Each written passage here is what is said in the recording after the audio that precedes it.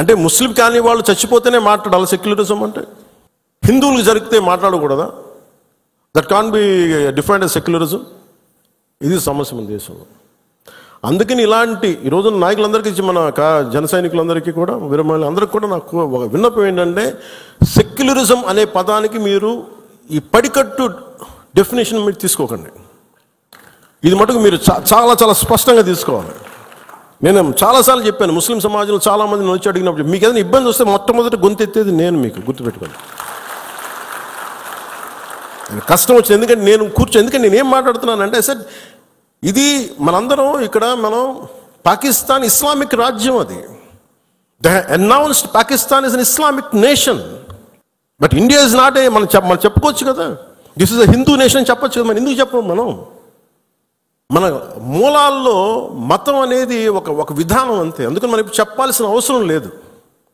అంటే ఈ సందర్భంగా ఇది ఏ భాషలో తర్జుమా చేసుకుంటారో తెలియదు, ఇది కశ్మీర్ దాకా వెళ్తుందో ఇంకొకటికి వెళ్తారో తెలియదు, కానీ ఒకటే ఉగ్రవాదులకి ఒకటే సందేశం, ఇది వరకు లాంటి భారతదేశం కాదు, ఇది కొత్త భారతదేశం. అది ఎందుకని మేము చాలాసార్లు విసిగిపోయి ఉన్నాం. మీ ఇష్టానికి వచ్చి కాళ్ళు చంపుతానంటే ప్రాణాలు ఎలాగపోతాయి మాకు తెలుసు. As well as will fight and let our life go. దాన్ని సిద్ధపడే వచ్చాం రాజకీయాల్లోకి.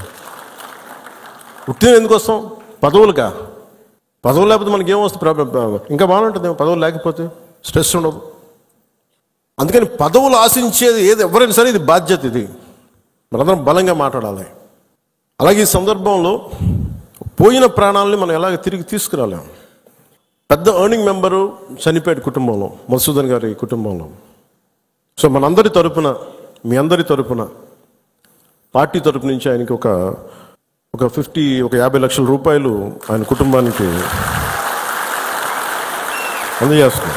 అని నాకు ఎప్పుడు డబ్బులు అనౌన్స్ చేయడం ఇబ్బందిగా ఉంటుంది.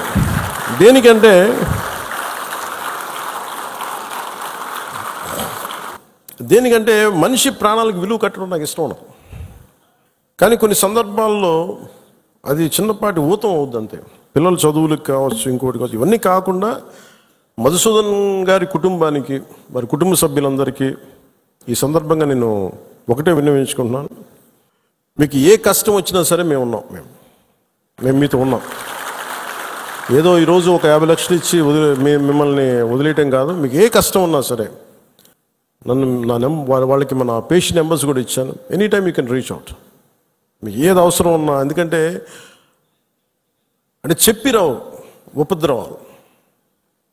అని నాకు ఏమనిపించిందంటే, ఆ పిల్లోడిని మాట్లాడుతుంటే, మధుసూదన్ గారి కొడుకుని చూస్తుంటే ఒక్క సంఘటనకి పెద్దోడు అయిపోయాడు అబ్బాయి. 10 ఏళ్ళు ఏజ్ వచ్చేసింది. 10 ఏళ్ళు ఎంత ఉంటాయి అంతే, 10-11 ఉంటాయి అంతే.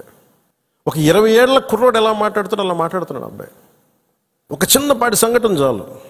నేను చాలాసార్లు అనుకుంటాను, పాలిటిక్స్లో రాకముందు రిస్క్ అది ఇది అనుకుంటే, నేను అనుకునేవాడిని సింపుల్గా రోడ్డు మీద వెళ్తుంటే కూడా చచ్చిపోవచ్చు కదా. As well as you embrace an ideology, ఒక భావజాలాన్ని పట్టుకోండి. దానికోసం చనిపోతే మంచిది కదా, వృత్తి పుణ్యాన్ని చచ్చిపోవడం కంటే కూడా.